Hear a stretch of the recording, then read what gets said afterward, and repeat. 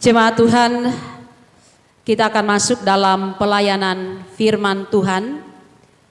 Mari kita mempersiapkan bahagian Alkitab yang akan menjadi renungan kita dalam ibadah pada saat ini dari Injil Lukas pasal 22. Kita siapkan, mari kita membuka Alkitab dari Injil Lukas pasal 22. Sebentar kita akan baca dari ayat yang ke-41 sampai 46.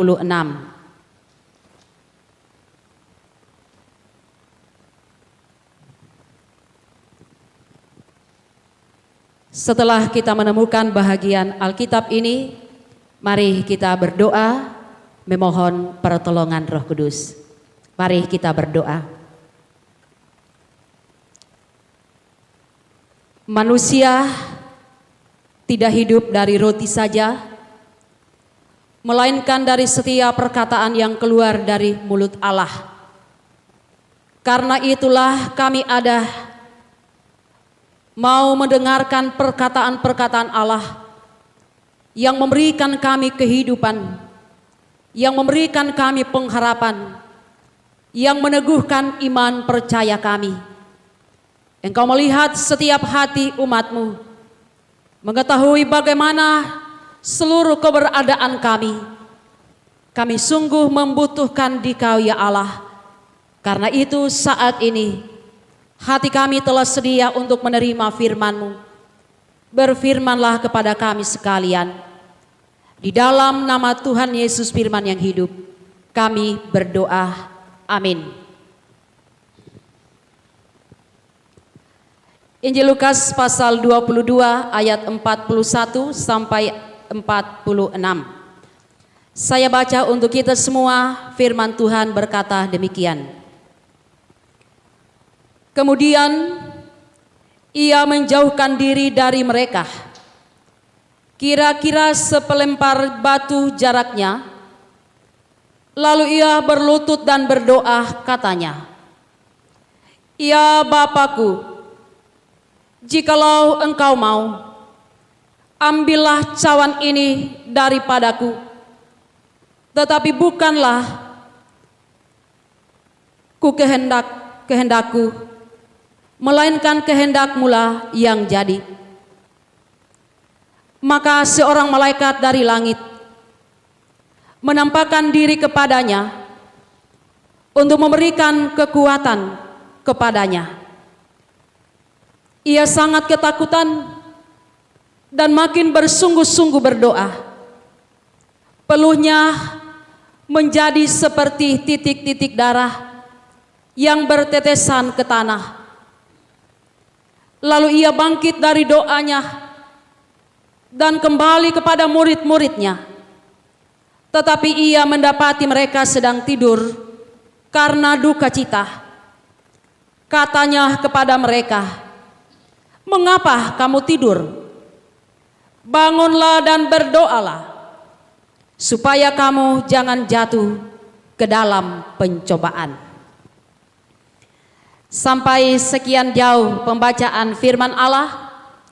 Yang berbahagia ialah mereka yang mendengarkan firman Allah dan yang memeliharanya.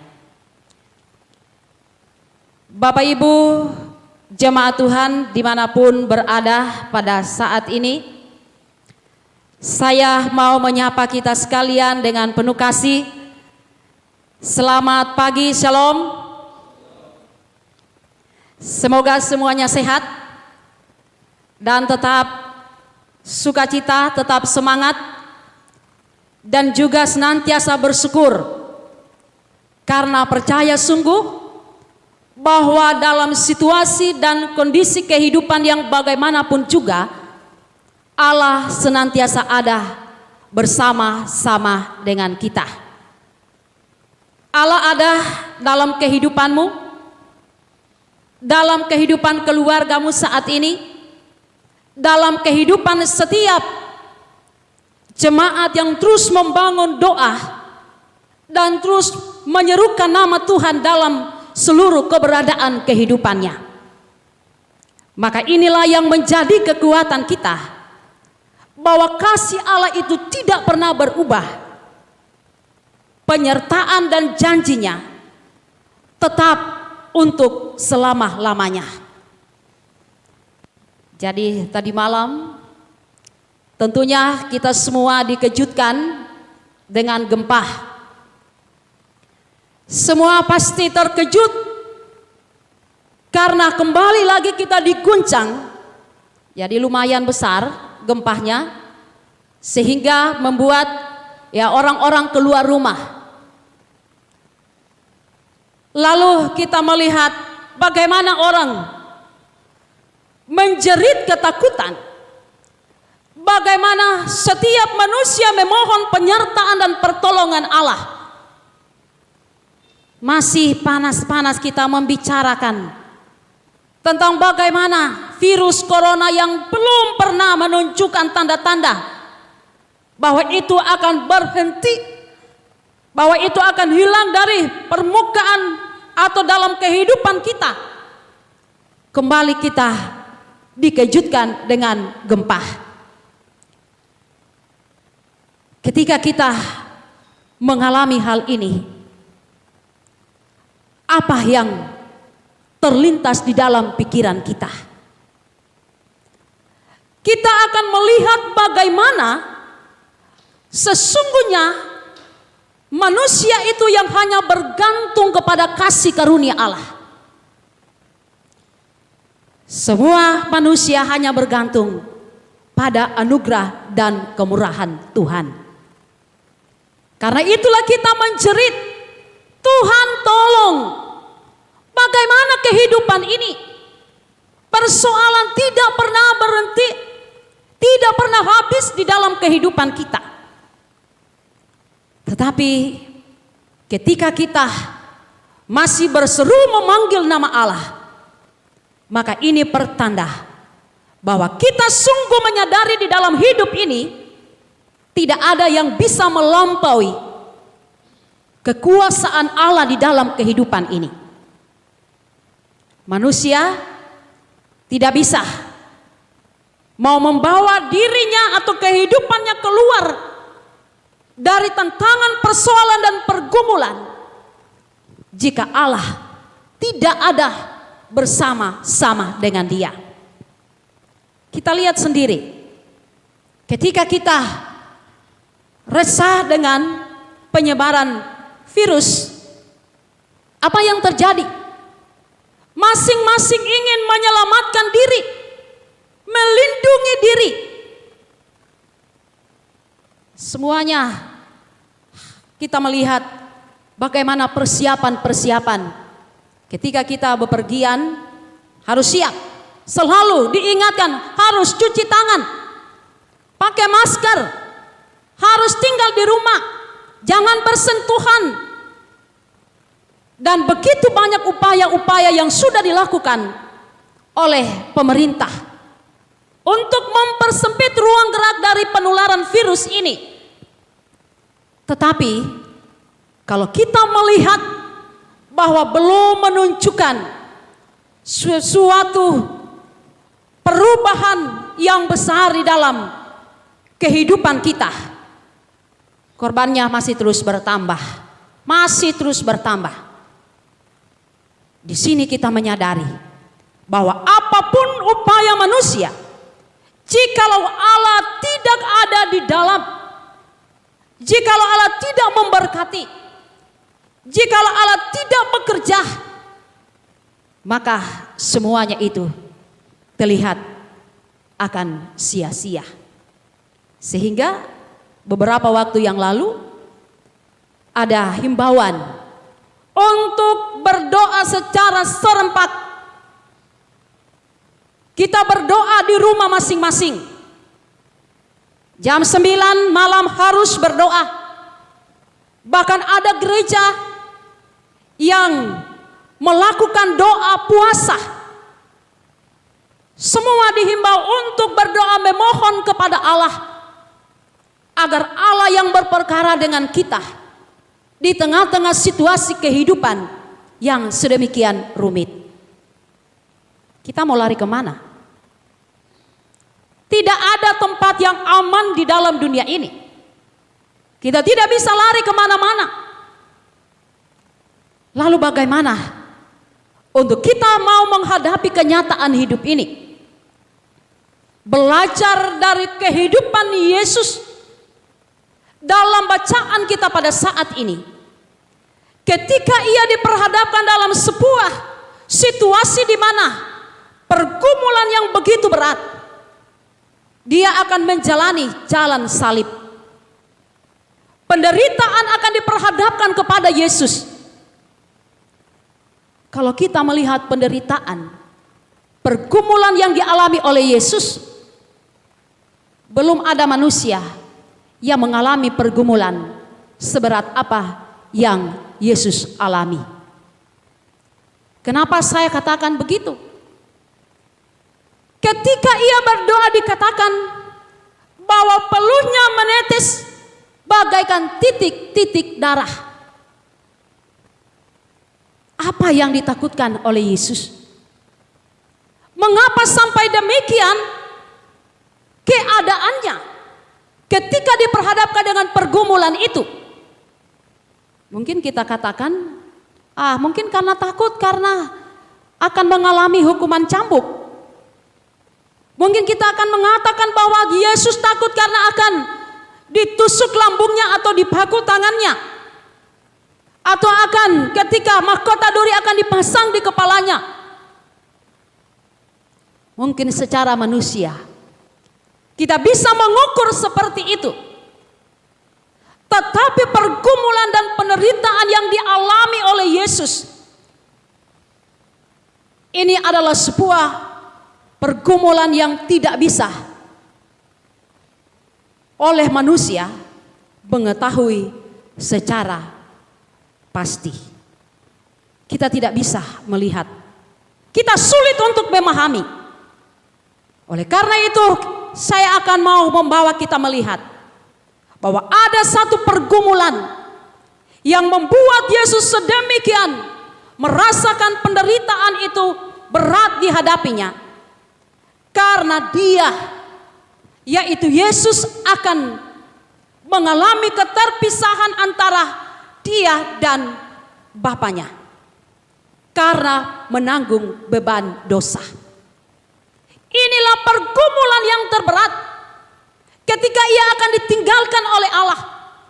Ketika cawan murka itu akan ia tanggung sendiri tanpa kehadiran Allah di dalam kehidupannya. Jadi cawan adalah murka, adalah hukuman yang harus dijalani oleh Yesus. Karena hanya melalui itulah manusia bisa diselamatkan. Jadi kalau kita baca doa ini, ya Bapa, sekiranya mungkin cawan ini berlalu daripadaku. Kalau masih ada jalan lain Tuhan, biarlah ini berlalu. Tetapi jangan seperti yang aku kehendaki, melainkan seperti yang Engkau kehendaki. Inilah yang diminta oleh Yesus ketika ia berdoa di Taman Getsemani. Pergumulan yang begitu berat, sehingga ketika ia berada di atas kayu salib, perkataannya yang keempat, ia berseru kepada Allah, Eloi, Eloi, lama sabachthani. Allahku, Allahku, mengapa engkau meninggalkan aku? Mengapa sampai pergumulan yang terberat dikatakan ketika ia berpisah dengan Allah? Kalau manusia terpisah dengan Allah, artinya neraka menjadi bahagiannya. Penghukuman yang kekal, tidak ada satupun yang bisa berdiri menghadapi penghukuman Allah itu. Karena itulah Yesus begitu takut ketika ia harus menghadapi jalan salib. Karena ia tahu bahwa Allah akan meninggalkan dia. Apa yang kita lihat di sini? Bagaimana Yesus dalam ketidakberdayaan, di dalam pergumulannya yang begitu berat, Ia tidak melarikan diri. Sebenarnya kalau dia mau lari, bisa saja. Mau menghindar dari apa yang akan terjadi. Tetapi Yesus datang kepada Allah Bapa, memohon, berdoa, meminta agar Allah menyatakan kehendaknya. Jadi bukan kehendakku, tetapi kehendakmu yang jadi. Ini yang diminta oleh Yesus. Ia datang memohon kepada Allah, sehingga ia diberikan kekuatan. Kalau dalam kitab Injil Matius dan juga Injil Markus dikatakan bahwa Yesus berkata, hatiku begitu sedih seperti mau mati rasanya. Inilah yang dialami oleh Yesus. Tetapi dalam ketidakberdayaan ini, ia datang meminta kepada Bapa di sorga. Dan apa yang terjadi? Ia bisa melewati itu sampai pada kesempurnaan kematian di atas kayu salib. Ketika Yesus mati, maka itulah yang menjadi jaminan kehidupan bagi kita semua. Bersyukur kita memiliki Yesus yang begitu peduli. Tetapi kalau kita melihat bagaimana murid-muridnya, mereka hanya tidur. Murid-muridnya tidur, tidak berdoa. Karena itulah dalam ayatnya yang ke-46 ia katakan, mengapa kamu tidur? Bangunlah dan berdoalah, supaya kamu jangan jatuh ke dalam pencobaan. Dikatakan bangunlah dan berdoalah. Perbedaan antara Yesus dan muridnya. Ketika Yesus berdoa dalam situasi ini, Allah memberikan dia kemenangan, memberikan kekuatan. Tetapi murid-muridnya, karena mereka tidak berdoa, hanya tidur, mereka tidak bisa menghadapi pencobaan yang diperhadapkan kepada mereka. Karena itulah Petrus sampai menyangkal, mereka lari ketika melihat Yesus ditangkap. Karena mereka tidak berdoa, dikatakan mereka hanya tidur. Jadi ada perbedaan. Bagaimana kita menyikapi kehidupan yang kita alami. Yang berdoa, yang terus membangun hubungannya dengan Allah.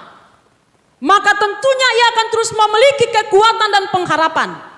Apapun yang terjadi di dalam hidup saya, Yesus Kristus adalah jaminan kehidupan yang kekal bagi saya.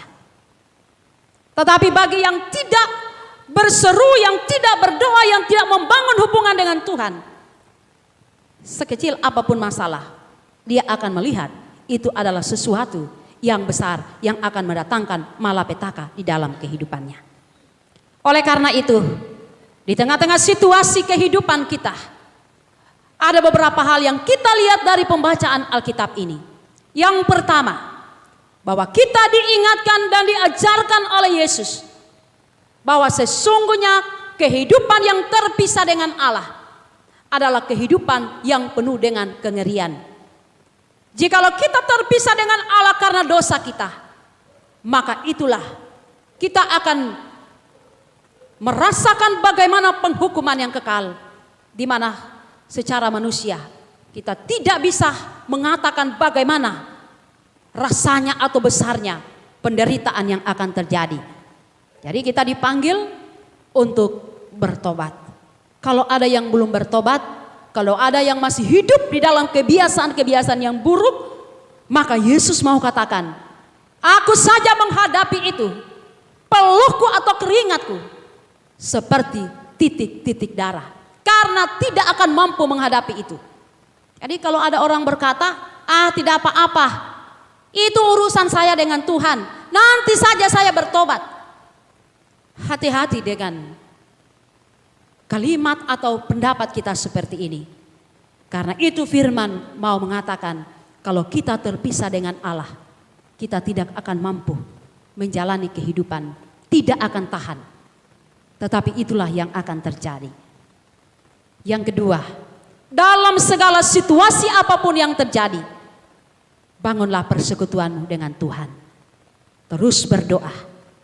Yesus mengalami kemenangan karena doanya yang tidak henti-hentinya kepada Bapa. Tetapi murid-muridnya yang hanya tidur dan tidak mau berdoa, maka mereka gagal di dalam menghadapi pencobaan. Karena itu marilah kita terus setia kepada Tuhan. Pertahankanlah doa di dalam kehidupan keluarga masing-masing. Bangunlah persekutuan dengan Tuhan. Marilah kita bersama-sama menghadapi persoalan dan tantangan hidup ini. Berjalan bersama dengan Tuhan. Kiranya firman Allah ini menjadi kekuatan dan pengharapan bagi kita semua. Amin.